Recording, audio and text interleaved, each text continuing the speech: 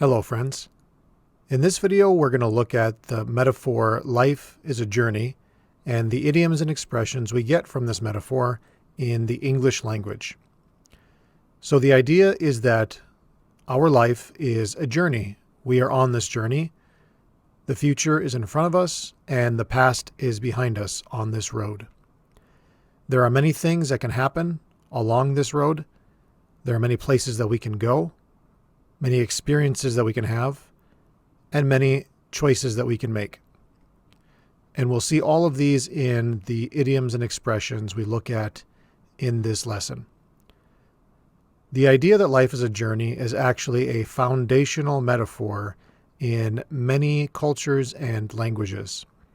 That means it's a basic idea that is in many of the things that we say in the language. Also, it's a basic idea on which we build other metaphors. For example, talking about specific kinds of journeys. For example, a journey in a boat or a journey in a car or other options as well. In this video, we're just going to look at the basic expressions and ideas that are coming from this metaphor, life is a journey. So on a journey, there is the path that we are on. And in English, there are a few different words we can use to describe the path. We can use the word path, we can use the word way, or we could use the word road. So in a lot of these expressions, we can use any of these three words. Now, this first expression here is the path, way, or road to success, failure, ruin, recovery, fame and fortune, etc. So you'll see there are these slashes in between the words. That means that we can rearrange this expression using any of these three choices and any of the choices that are down here. For example, we could say the road to success or the road to failure. We could say the path to success or the path to failure. We could say the road to ruin or the way to ruin. So we've got a lot of different combinations that we can make with this idiom. The meaning of it is a process or series of events that will achieve something or have a particular result. Basically, you're on this road and the road is leading somewhere. Well, where does the road lead to? Well, the road could lead to success. The road could lead to failure. The road could lead to ruin. And ruin is when something is destroyed. The road could lead to recovery. The road could lead to fame and fortune. You could become famous. So there's many places that the road could lead to. But when we're talking about the road, we're talking about a series of events. So this could be things that happen in your life or things that you do that lead to a certain result. For example, the road to success is not always an easy one. The second expression is the path of least resistance. So here we're using the word path. The path of least resistance is the easiest way to continue doing something. So if we look at the picture here, we see there are two paths, right? There's this path on the left and the path on the right. Now, which one looks easier to take? The path on the left looks much easier because it's more flat, whereas the other one goes uphill, and there's nothing in the way here, whereas the one on the right has a bunch of roots and branches that are in the way.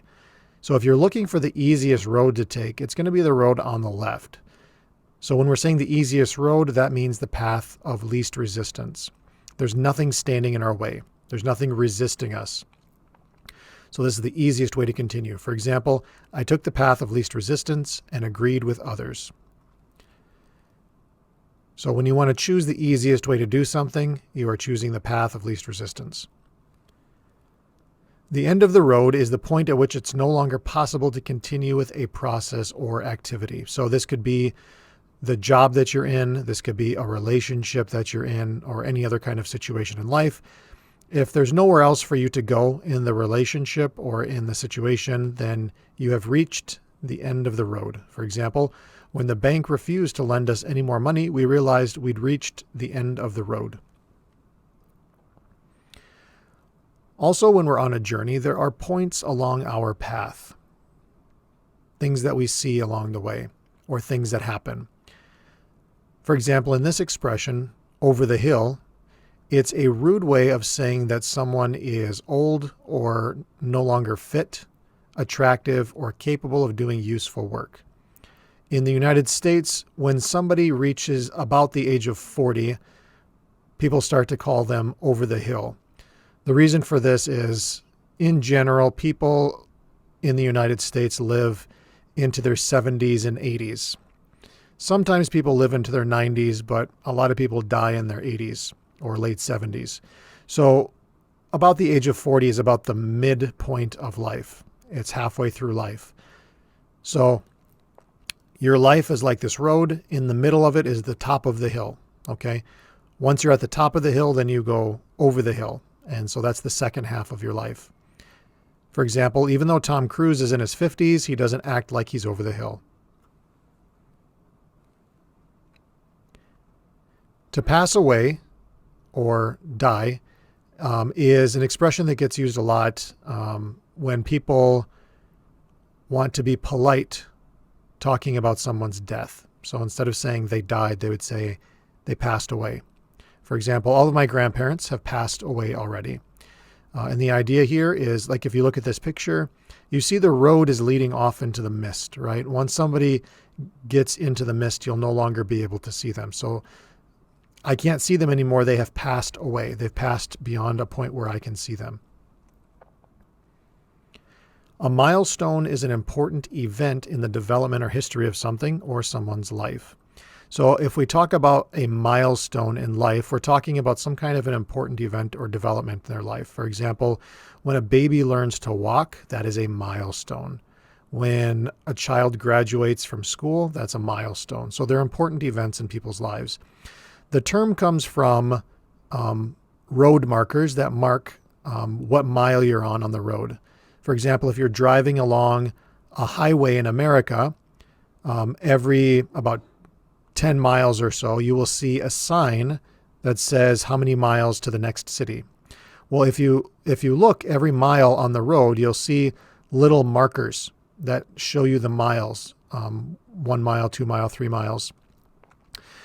In older times, instead of using a sign like made out of metal, they would use a stone or some kind of a rock, and they would mark which mile you're on that. So it's called a milestone. It's a mile marker. For example, when a baby learns to walk, it's a milestone in their life. A turning point is a time in a situation, or when a situation starts to change in an important, especially positive way. So you're on the road of your life, and there's a point in your life when your situation changes, usually in a big way or some kind of an important way. We would call that a turning point, because you're imagining you're on the road going somewhere, and then the road turns into a new direction. For example, having children was a real turning point in our lives. To be at a crossroads is a point or time in life where you have to make an important decision. So we have choices in life. If you look at the picture here, you see that this person is standing at a crossroads. We call it a crossroads because these two roads are crossing each other. So he's standing there in the middle, choosing which direction he wants to go. He has choices here. So it's a crossroads. For example, he was at a crossroads when he had to decide whether to take the job in another country or to stay where he was at. So if you are at a point in your life where you have to make a decision of what to do or where to go, you can call that a crossroads.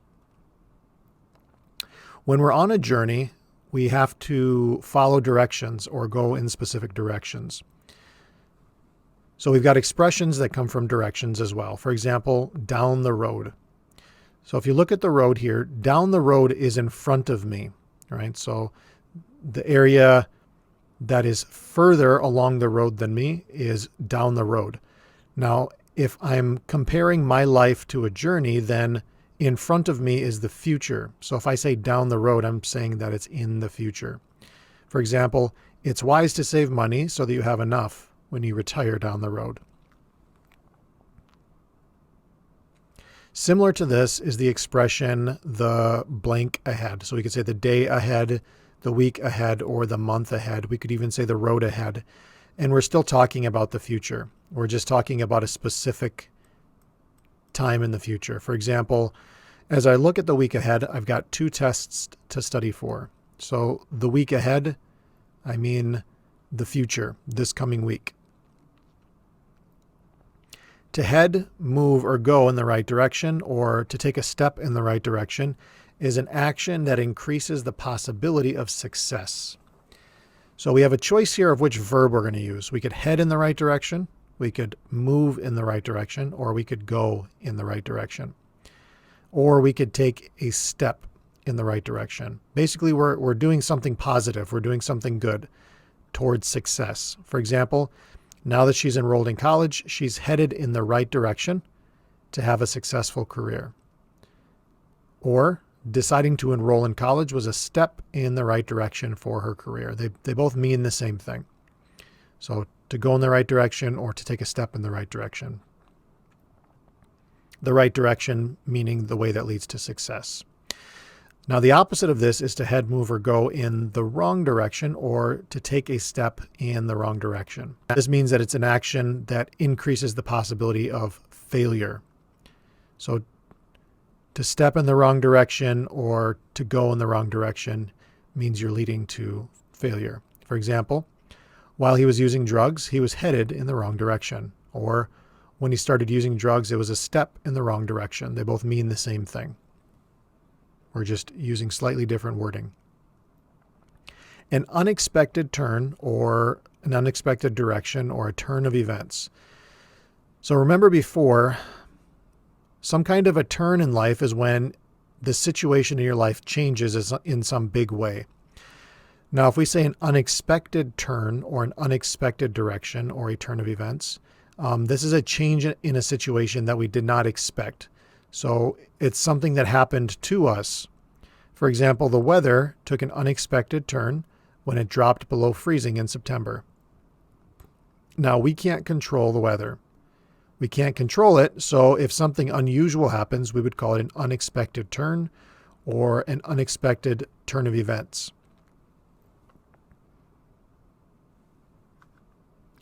To say that something is around the corner or just around the corner is to say that it's happening soon or happening very soon.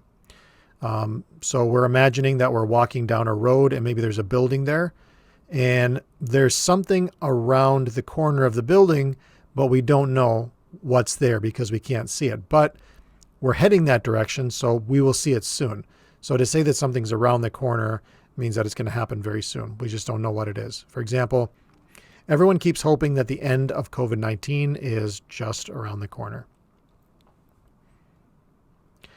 When we're on our journey, we move. We have to move in order to make any progress in our journey.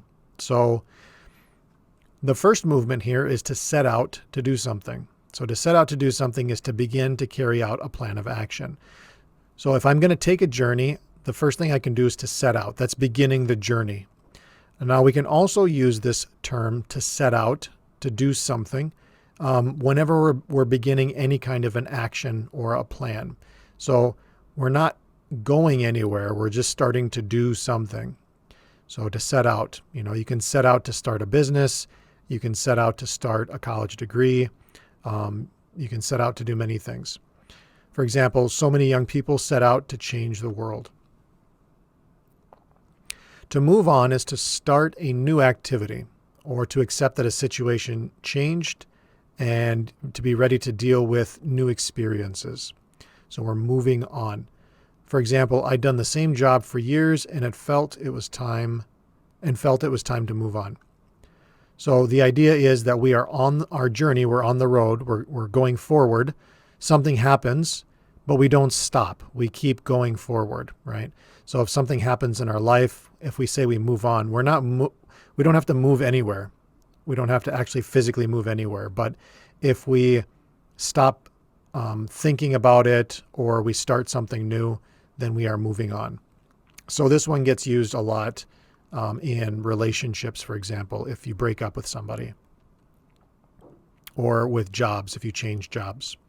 To turn back is to stop doing something and return to a previous situation or condition.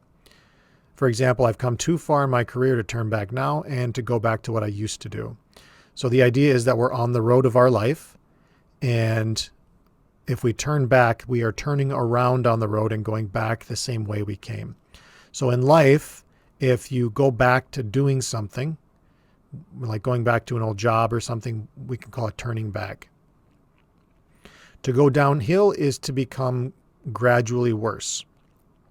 This one gets used a lot in health. For example, after his wife died, his health started to go downhill. So it's a situation becoming gradually worse. And you can see here in the picture, they're going downhill. They have no control over what's going to happen. They're just hanging on. This can also get used in business or in the economy or any kind of a situation where events happen beyond people's control. To leave someone or something behind, this is similar to moving on. To leave a place without taking someone or something with you. For example, when we moved here, we had to leave all of our friends behind. So behind us is in the past. So to leave somebody behind means to leave them in the past. To put something behind you is to choose to forget about something unpleasant that has happened to you or to stop being affected by it. So this one is a little bit different than to leave something behind. To put something behind you is when you're choosing to forget about something or to not worry about it. For example, after he got fired from his job, he had a hard time putting it behind him, right? Or if you have a friend or a relative and they're going through a really hard time that happened in the past, but they're still thinking about it, you can say, you've got to put that behind you. Okay, stop thinking about it, stop worrying about it. To go through some experience is to experience difficult or unpleasant situation. So if somebody says they're going through something, I'm going through a divorce, I'm going through a hard time, I'm going through an illness. We use this term to go through usually when there's some kind of a struggle or a difficulty. For example, everyone goes through hard times in life, but what doesn't kill us makes us stronger. And we can see here in the picture, this man is going through a tunnel. So the idea of going through an experience is like going through a tunnel or something. It's around you. The experience is all around you. And you can see in the picture here, here's another expression. So he's almost out of the tunnel, right? There's a light here. So oftentimes, if somebody's in a bad situation, they're going through something, people will try to encourage them by saying there's a light at the end of the tunnel, which means that the experience will end eventually, right? So I'm going through a divorce right now. Oh, really? I'm sorry to hear that. Don't worry. There's a light at the end of the tunnel. You'll be over it soon. To follow in someone's footsteps is to do the same thing as someone else, especially someone in your family. So this one gets used a lot with parents or grandparents or aunts or uncles. If you do the same thing as your mom or your dad or your uncle or your aunt or whatever else, like the same job, then you're following in their footsteps. For example, he was following in his father's footsteps when he joined the military. So the idea is that your mom or your dad or your elder is in front of you on the journey and they left their footsteps and you are just following in their footsteps, like this little girl is here for her dad. To start out or to get off on the wrong foot means to start a relationship or activity badly. So we're getting off on the wrong foot. For example, I'm sorry, I think we got off on the wrong foot when I spilled coffee on you. So something bad happens at the beginning of a relationship. This can be used if somebody starts a new job and they have some kind of a bad experience right away with the boss or a coworker, or it can get used in a romantic relationship. If, for example, you go out on a first date with somebody and you spill something on them, then you're getting off on the wrong foot or starting out on the wrong foot. To drag your feet, to drag one's feet, is to do something slowly or not start it because you don't want to do it. For example, stop dragging your feet and write your essay. And if you look at the picture here, you can see it looks like there's probably a mom and a dad dragging their child along the beach. So the kid here is dragging their feet. Maybe they don't want to go. They don't want to leave the beach, so their parents have to drag them off the beach. So he or she is dragging their feet. So the idea is you're on the journey of your life, You don't want to do something, but you have to, or somebody else is making you do it, then you drag your feet because you don't want to. You don't want to walk. You don't want to move forward. We've got this other expression, to part ways. There's actually two meanings for this. The first meaning of part ways is to disagree with somebody. For example, my family and I usually part ways on political issues. So my family and I, let's say, love each other very much, and we talk to each other all the time, and we get along fine. But when it comes to politics, we disagree with each other. So we can say we part ways. So we're still together, but we disagree about something. The second meaning of part ways is to end a relationship. So these two are different. So if we say part ways, meaning to end a relationship, then that means the two of you are not going to see each other anymore. You're not going to talk to each other anymore. You're going to go do different things. You might actually move to a different place, but you don't have to. And you can see that in the picture here, the two people walking away from each other. For example, although they dated all through high school, John and Jane decided to part ways after graduation. So they went to go to different places and do different things. So the first meaning is just to disagree with somebody, even though you still spend time together. The second one is to actually end a relationship. Finally, along the journey of our life, we might have some problems. One of the problems is to get bogged down with something or to get swamped with something. So if you look at the picture here, these people are stuck in the mud. There's muddy water here. So out in nature, there are these places called bogs, which are basically like mud pits, or swamps. Swamps are similar to this, except there's usually plants there. So to say that somebody is bogged down or swamped means that they become so involved in something difficult or complicated that they cannot do anything else, or you can't do anything else. For example, don't get bogged down with unnecessary tasks, or you'll never get important work done. So the idea here, like in the picture, is that you're on the journey of your life, but there's this bog or there's this swamp that you might have to cross through. And to get from one side of this to the other side will take you a long time because you have to go through the mud and the water. So to get bogged down or swamped with something is to get too involved in it, right? Some people do this if they're checking email and they have 100 emails, right? It takes a lot of your time to get through all of those emails. So you can get bogged down with emails, or you can get swamped with emails or other kinds of unnecessary work. Another problem is when you get lost, right? So when you're on a journey, sometimes you get lost. You can be lost or you can get lost. As an idiom or an expression, it means to be confused or not know what's happening in a situation. For example, I get lost whenever the teacher starts talking about differential equations in calculus class, right? I have no idea what a differential equation is. So if I was sitting in a math class and they started talking about differential equations, I would have no idea what they're talking about. I would be completely confused. So I could just raise my hand and say, "Oh, I'm sorry, teacher, I'm lost right now." Right? I know where I am. I'm in the classroom, but I have no idea what people are talking about. So I'm lost. And the other expression that we have is that I'll cross that bridge when I come to it, or we'll cross that bridge when we come to it. The idea is that you have some kind of a problem or a difficult situation in life. And in order to get past that situation, in order to complete it, there's some kind of a bridge you have to cross, some work that you have to do, or something else. The meaning here is something you say when you do not intend to worry about a possible problem now, but will deal with it if and when it happens. For example, don't worry about final exams right now. We'll cross that bridge when we come to it. So let's say you have to take a final exam for a class. Well, in order to pass the final exam, you have to learn and you have to study and prepare for the exam. So all of that work that you have to do is like a bridge you have to cross, right?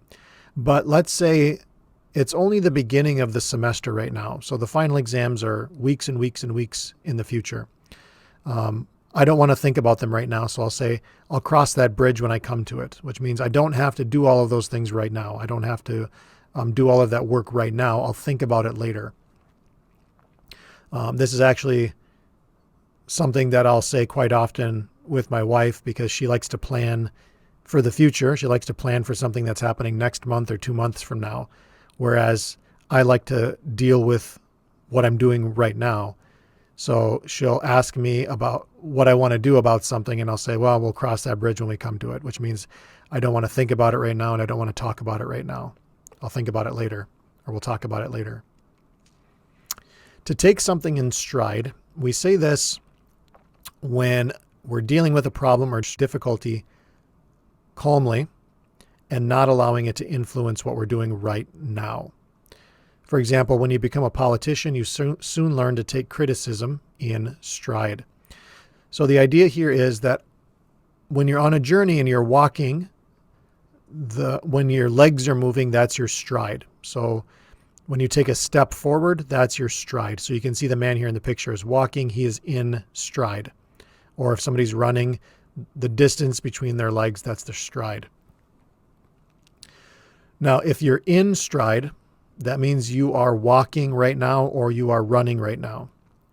So in the journey of life, that means that you're doing something in life, right? You're making progress in life. Now, let's say you have a problem or a difficulty that happens while you're in the middle of doing something else, right? Well, if you don't let it stop you, then you take it in stride. To take a load off your feet or a load off your mind can have a couple of meanings. So one of the problems when we're on the journey of life is that we have a lot of stress and responsibilities. So here in the picture, you can see this man is carrying a backpack. So this backpack represents all of the stress that he has, all of the responsibility that he has in life, things that he's worried about, right? And we think about those things and we deal with those things all the time. Well, if there's some time in your life when you can stop thinking about those things or stop worrying about those things, we say that you're taking a load off. So the load is like the backpack. It's the stress or the worry, the thing you're carrying around. So this can have a couple of different meanings. If you're taking a load off your feet, that means that you are resting or relaxing. You're sitting down because your feet get tired from carrying all of this weight. So if you're sitting down, then you're not carrying the weight anymore. For example, you've worked hard today. Take a load off and have something to eat. That means sit down and relax and have something to eat. So take a load off. The other meaning that it can have is it's an occasion or a situation when a problem that has been worrying you stops or is dealt with. For example, wow, I'm glad that test is over. It's a load off my mind, right? So it's like you have all of these stresses and worries in your brain. You're thinking about them.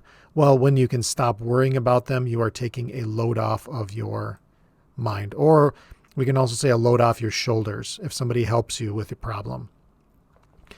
So if I have to fix the roof on my house and somebody comes to help me, then I can say, you've taken a load off of my shoulders. You know, the shoulders being this part right here. So that's it for the expressions in this lesson on Life is a Journey. Thanks for watching.